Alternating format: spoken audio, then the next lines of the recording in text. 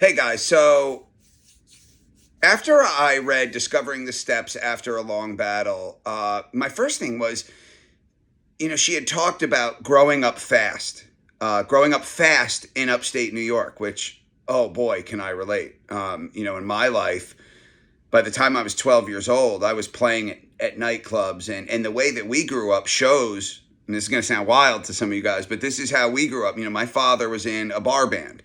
And bar bands, the show starts at 10 o'clock at night and you play till 2 in the morning at least. You get a few little breaks in there, but that's how we came up. So by the time I'm, 12, 13 years old, this is life. But even before that, I would get in trouble at home and I'd have to go to work with my dad. My mom would be like, "God, can't stand you. You're going to work with your dad." And that, we'd be driving home as the sun was coming up because work with my dad meant a nightclub. Now, none of this, I love those memories. Those to me are fantastic memories. I don't know that that's, intertwined with my addiction in a way that one might speculate from me saying that. But as I'm reading the story, I'm thinking, growing up fast, man, I grew up really fast. I was around people drinking and partying. But, when you're 7 years old, you're blind to it. But I can remember a story of a guy giving my brother thought it was ginger ale, and it was whiskey, and my brother's like 13. But again, none of this is like, this is the reason I became an addict. But growing up fast, that is part of it. I was around the older kids, and you had mentioned in your story about, and this isn't just between me and her. I'm trying to keep this as broad as possible. I think that's important. But mentioning meeting an older friend who had a brother who had an apartment, and you would just tell your mom you're going to a show.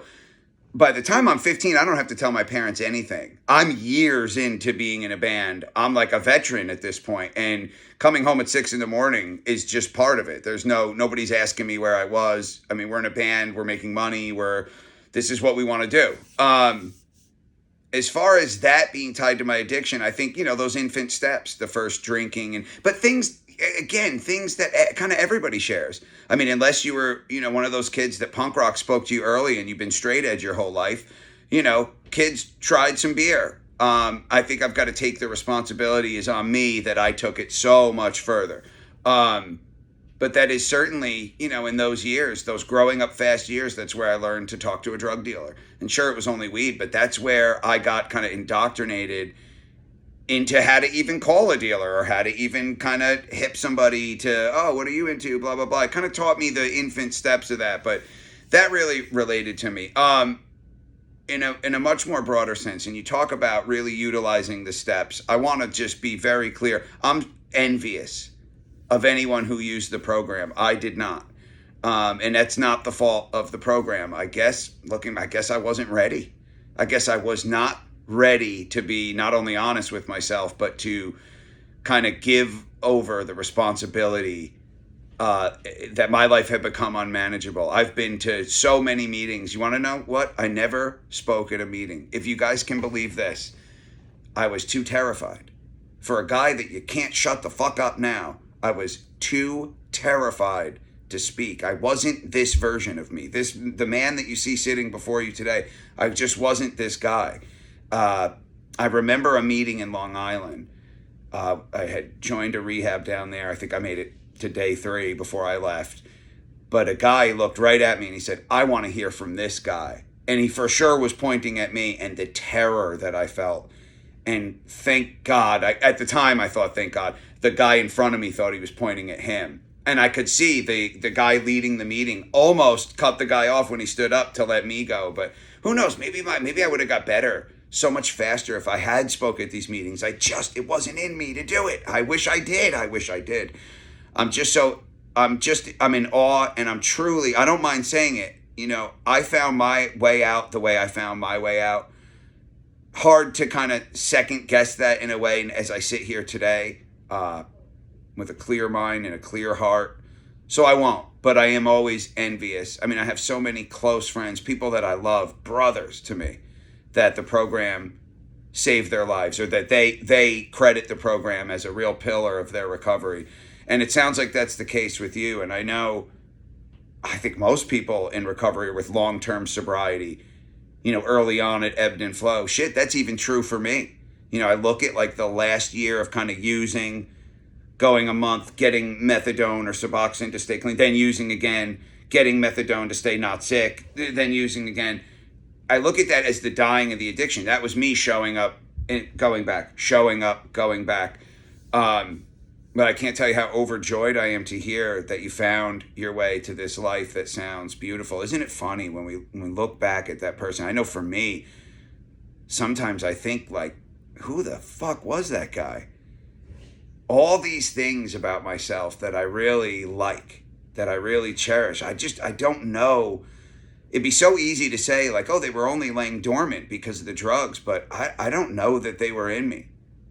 And then it's almost like I can take this really the darkest time of my life, and dare I say, a piece of me is almost thankful for it, because it led me to be this person. Now, the hurting people, all the bad things, believe me, of course I wish I could change that and take it back, but perhaps we can dredge just a little bit of a light, just ever so smidge of silver lining, that it led me to be this person I am today. And I like this person. I like who I am.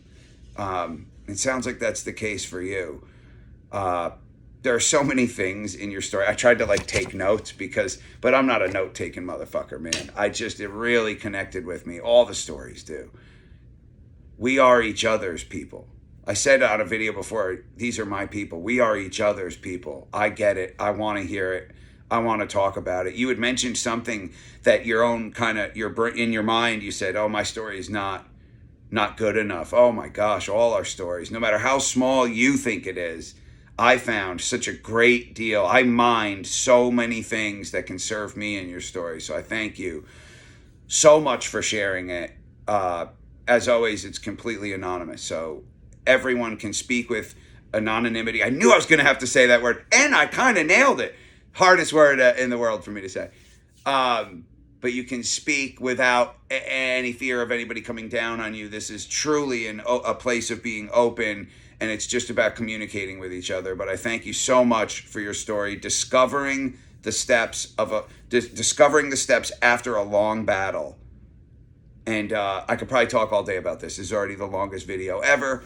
I would encourage you guys to share and keep sharing your stories. However, I know in my brain, I think, oh no, it's insignificant. You know how hard I had to get pushed to do this? And I'm just so glad I did.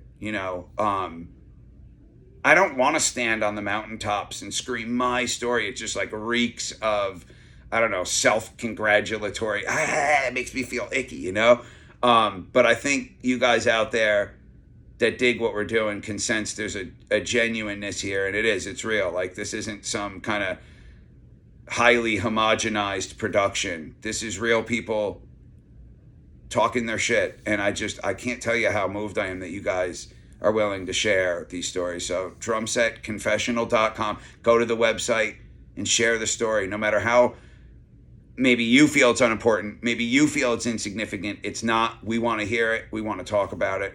And I thank you guys. I love you guys. Every day I'm so moved by you guys. So thank you. I'll shut up now and go read some of these stories, man. Go read some of these stories, and you'll find out one of the greatest lessons is we're not alone. Not to be corny, but we're not alone. We've all kind of felt the shame that surrounds addiction. Oh my God, the story in this one about Christmas Day and the car breaking down and then the Greyhound breaking down. Oh my God, I'm there. I mean, so many times I knew the addiction was robbing me of me, but I just couldn't break it. I knew I had to stop. People would say, you need help. I know I need help, but I just wasn't willing. And I think that's hard for people that aren't lost in addiction to understand. But yeah, just go read the stories. Go specifically read Discovering the Steps After a Long Battle. Okay, I'm going to shut up. Peace, guys. Drumsetconfessional.com. Please share. YouTube channel, Drumset Confessional. We love you guys. Later.